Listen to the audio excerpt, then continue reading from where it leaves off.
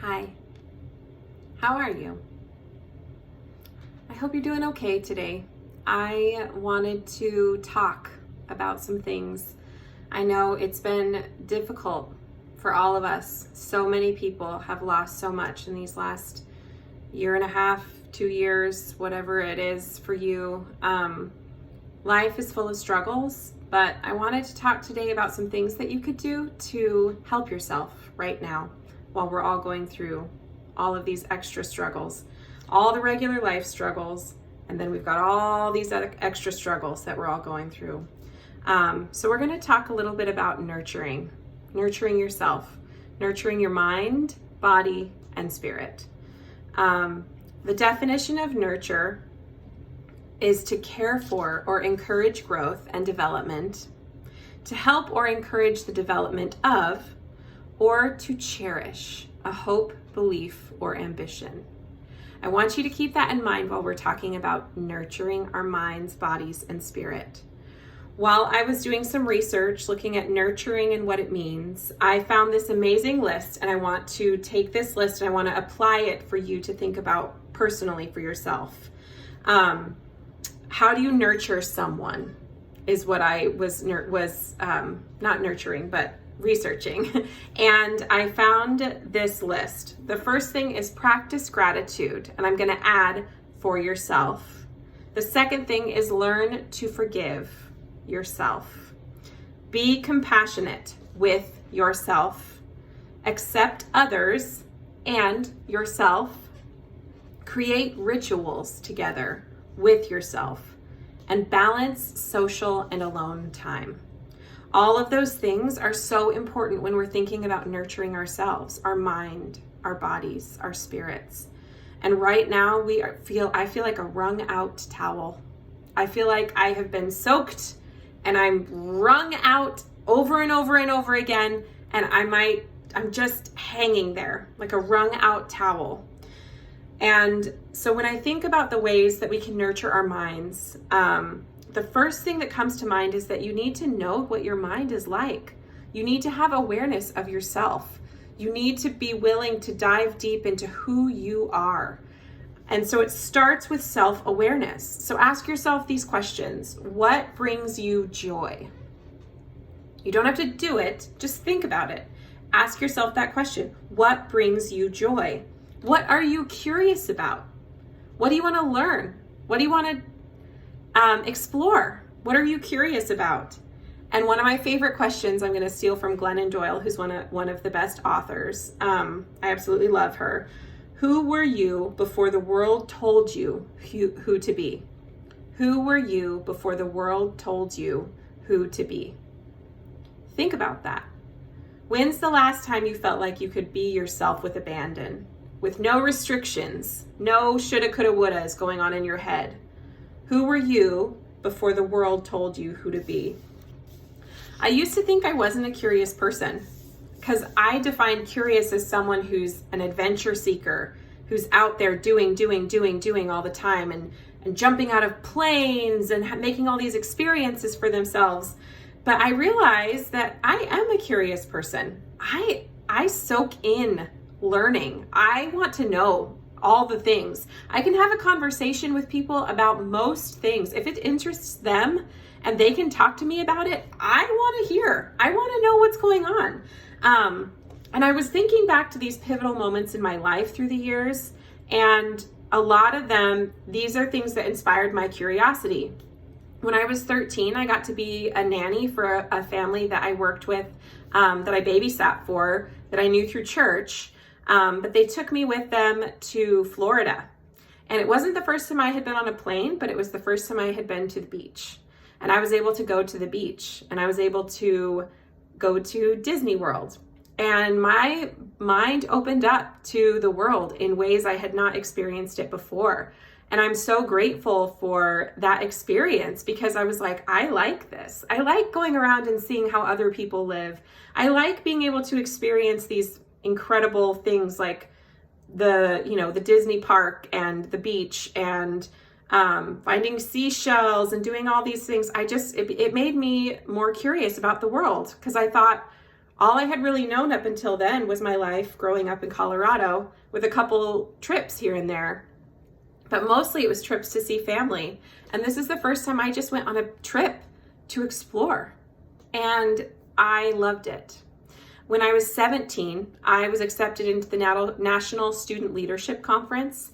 And I went by myself, flew on a plane by myself across the country to Washington, D.C. and New York City.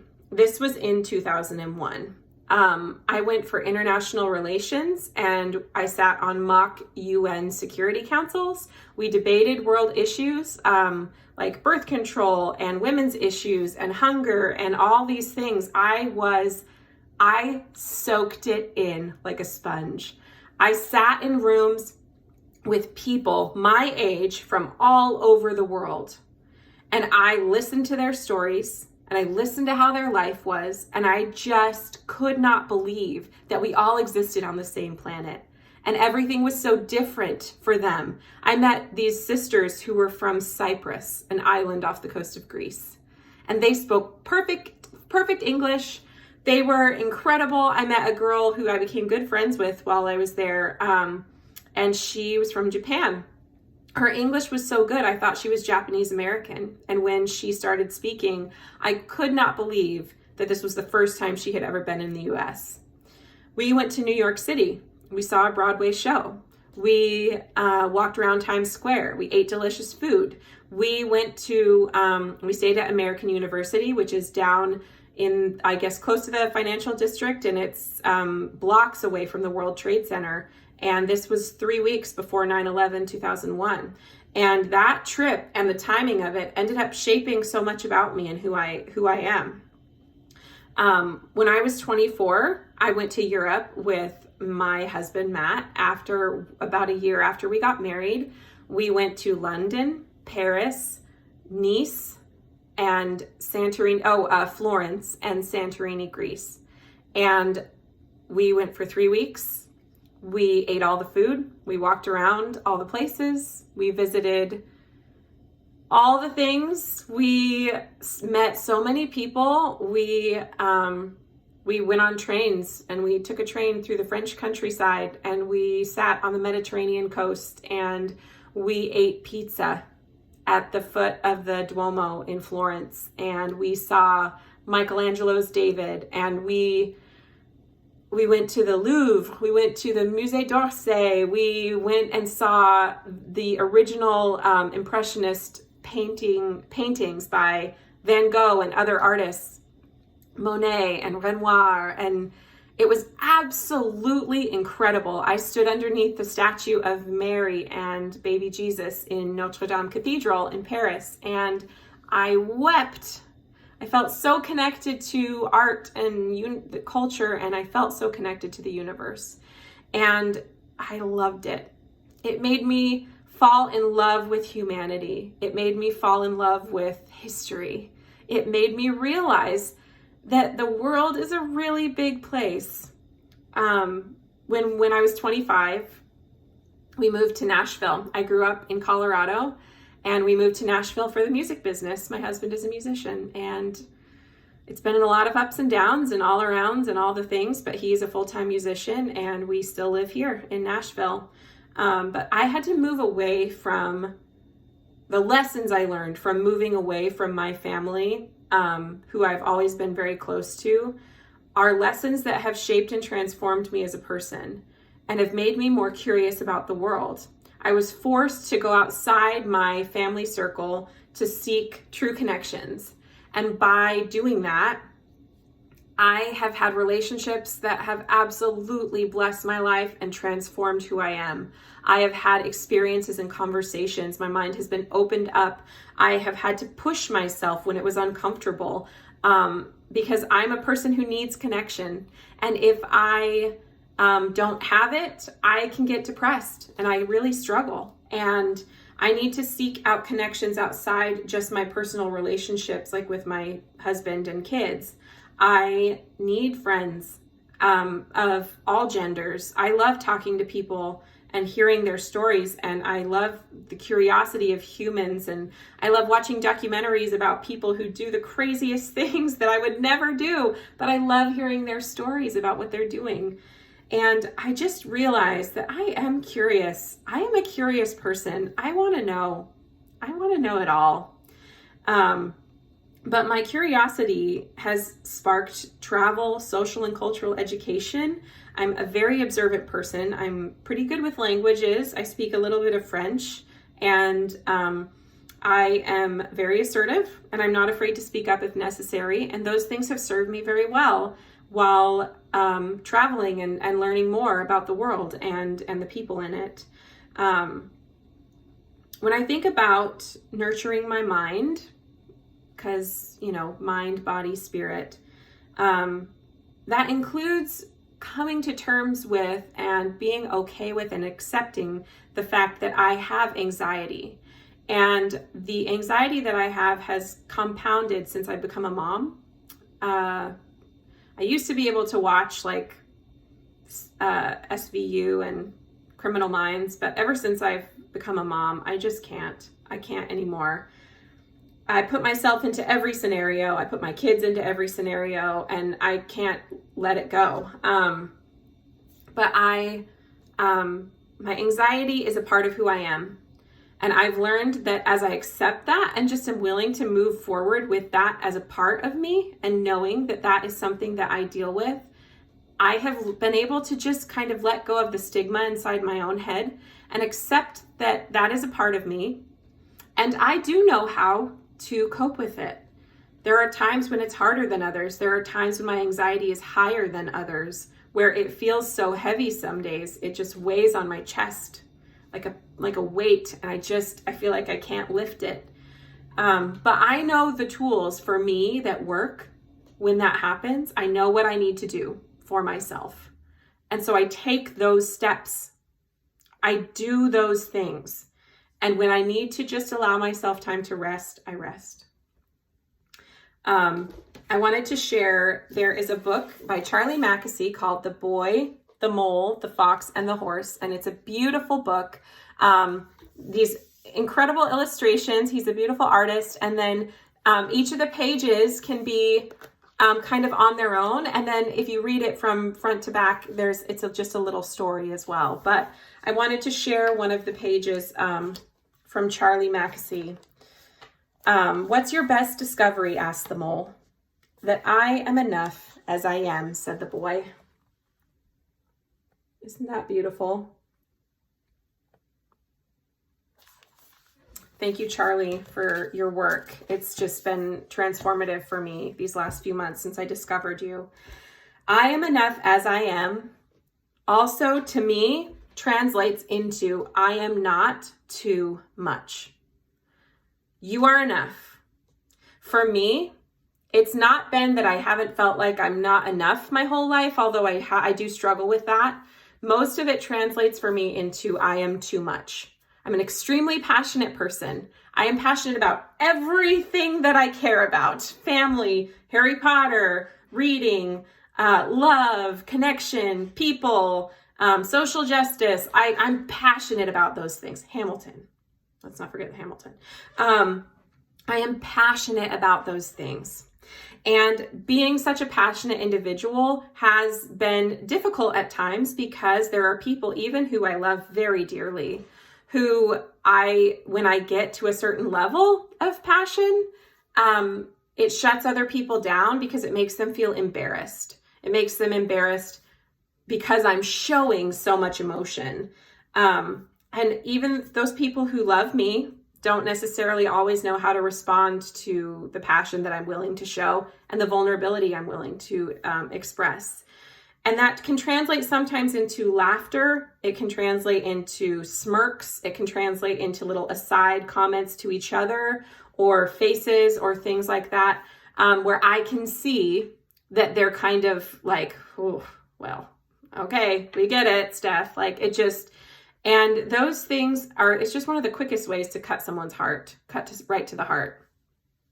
When you're laughing at somebody, laughing with them is a different thing. But laughing at them is is just hurtful. And I've experienced that from many different people in my life who love me. And so being a passionate person has been a part of my life as well. And when I think about my spirit, I think about that. I'm passionate. I'm a passionate individual.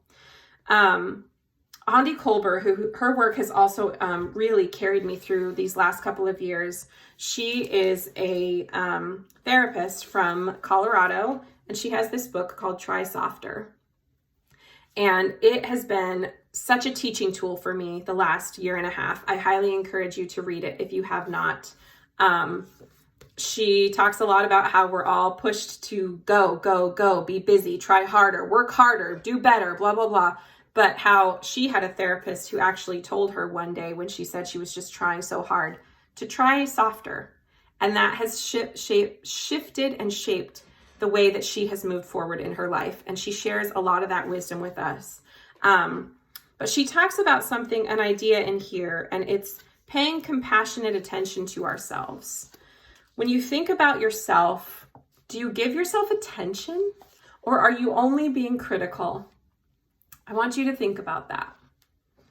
When you think about yourself or you speak to yourself in your own head, are you paying attention to your needs, or are you just being critical? She says the work of paying compassionate attention is, in a sense, learning to steward for ourselves what God already believes about us, that we are valuable and loved. You can enter the universe, God, Creator, whatever works for you there. In a way, this work is about giving ourselves permission to receive the love that is available to us. It's less about arriving and more about paying attention to ourselves in the compassionate way we've always deserved. There has never been a time in your life when you haven't deserved love, especially from yourself. Even when you mess up and make mistakes, the best way to get through it is to love yourself through it, to learn to forgive yourself, to do the things that you need to do to let go of your own insecurities or your thoughts about the preconceived notions about who you should be instead of who you are. I had a realization when I realized that people's reactions to me and my passion were more about them than it is about me. Although I do listen, because I know sometimes I can be overbearing when I get really excited about something and I don't want to stop talking about it. I do have to listen. But I also realized that a lot of times when people were feeling uncomfortable, it was more because they were struggling with the emotions I was showing. And it's not about me personally. My worth is secure and whole and cannot be earned. When I think about nurturing my body, my views on my body have shifted so much over the years. I love my body. My body is an instrument, not an ornament. And I thank the Beauty Redefined sisters, Lindsay and Lexi Kite, both PhDs, who have worked very hard. And their book is called More Than a Body. And I also highly recommend that for that mantra. My body is an instrument, not an ornament. It is an instrumental part of who I am, and I am not required to ornament my body in any way for other people or for other validation. That has had a profound impact on me. As I think about my body, I think about these legs that have walked me around the world. I think about these arms that have held my babies, have served and loved friends through deep losses, have given more embraces than I can count. These eyes have seen wonders, man-made and natural. This skin has protected my body and housed my spirit. My body is my home. My body is me. My goal is to feel more and more at home in my body every day, just a little every day. The stronger my body gets, the stronger my mind is. I think that exercise is important for our mental health. Not only does it give you endorphins, which Elle Woods reminds us from Legally Blonde, that endorphins make us happy. And happy people, we don't kill our husbands or do things like that. The more endorphins we get, the more elevated we feel, no matter what's going on in the world around us. And that's not our goal all the time. I'm someone who feels all the feelings. But a goal to be able to give yourself the gift of more good, like chemicals released in your body, endorphins and all of those good things. That is a great goal. And as I become physically stronger, I feel mentally stronger. Sometimes I work out by going on walks, riding my bike. Sometimes I do intense workouts. Sometimes I do pretty light workouts. Sometimes I just am walking basically all day long, and that is that's good. It's good for me. Whatever works for you, but moving your body and getting it, treating it with love and care. That's what this is about. And when I think about nurturing my spirit to me, and you might have a different definition, and that's okay, but the mind-body connection is important to me in my spirit. If I am not nurturing my mind and body, my spirit cannot be nurtured either. It all goes together, because all of those things are what create me. Trust, building trust with yourself. Small steps over time, keeping promises to yourself that you set out. And if you make them small, you will be able to meet those promises, even if it's something as simple as walking for 15 minutes around the neighborhood, walk around the block. Listen to a song that brings you joy. Watch a movie that you love. There are so many things that you can do to treat yourself with kindness and love. Also realizing that slow progress is progress, and we're looking for progress. We are not looking for perfection. Each day, if you're able to do one tiny thing for yourself, even if it's just up here, you will be able to see a difference. And mindset changes change your whole life. That is so true. And it's worth taking a small step every day to try it out and see how it works for you. There is, I'm going to read a quote from another wonderful book, Untamed by Glennon Doyle. Like I mentioned, she's one of my favorite authors. She talks about our knowing and how important the knowing is to your spirit. She says, I now take orders only from my own knowing. Whether I'm presented with a work, personal, or family decision, a monumental or tiny decision, whenever uncertainty rises, I sink. I sink beneath the swirling surf of words, fear, expectations, conditioning, and advice, and feel for the knowing. I sink 100 times a day. I have to, because the knowing never reveals a 5-year plan. It feels to me like a loving, playful guide, like the reason it will only reveal the next right thing is that it wants me to come back again and again, because it wants to do life together.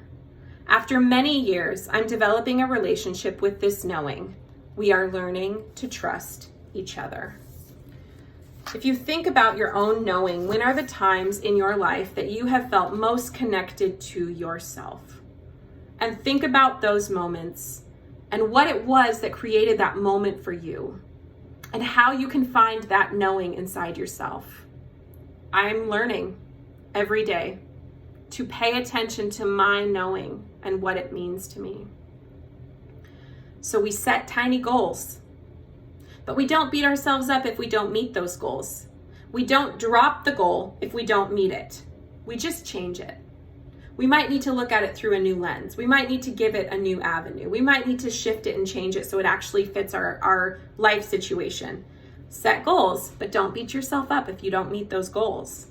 Work to improve every day. Do a little something, one little thing for yourself, but also relax. And if you don't make it every day, it's okay. Slow down. Be present. Be present with yourself. Get to know your knowing. Get to know your wants. Get to know your needs. Be gentle with yourself, please. This pandemic has created things for us: overwhelm, burnout, grasping, struggling, fatigue, grief, stress, loss. Disheartening. We've been disheartened by the world. You deserve to rest. You deserve to take your time. You will not miss out on what was meant for you. That is a Morgan Harper Nichols quote, and I love it. We live with intention and we rest with intention. Morgan Harper Nichols, who is one of my favorite artists and poets, she is from, I found her on Instagram. She has this wonderful style. This one says, no matter how many days the sun sets the same, the waiting is not in vain. She gave a definition recently about grace. Grace is merited favor, giving you permission to see who you are beyond what you do. Grace is the sun that rises yet another day, even as you wait for other things to fall into place. And in closing, I wanted to share one more Charlie Mackesy page. Always remember, you matter. You're important and you are loved. And you bring to this world things no one else can.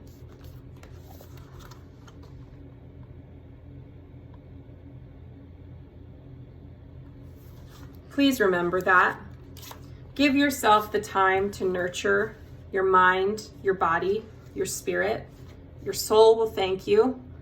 And remember, at the end of the day, it's okay. It's all okay. You can do it. And I'm rooting for you. I hope you have a good day.